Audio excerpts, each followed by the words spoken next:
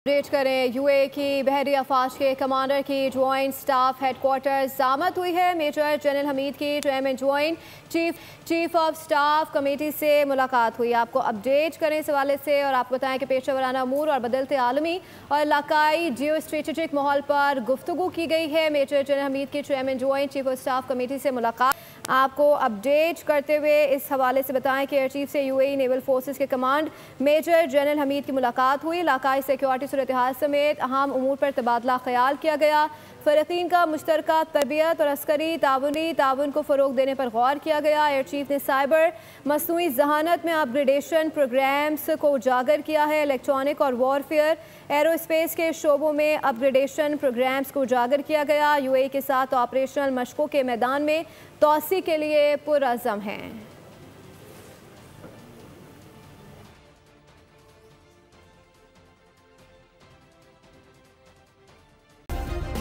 Subscribe करें और bell दबाएं ताकि कोई खबर रह न जाए।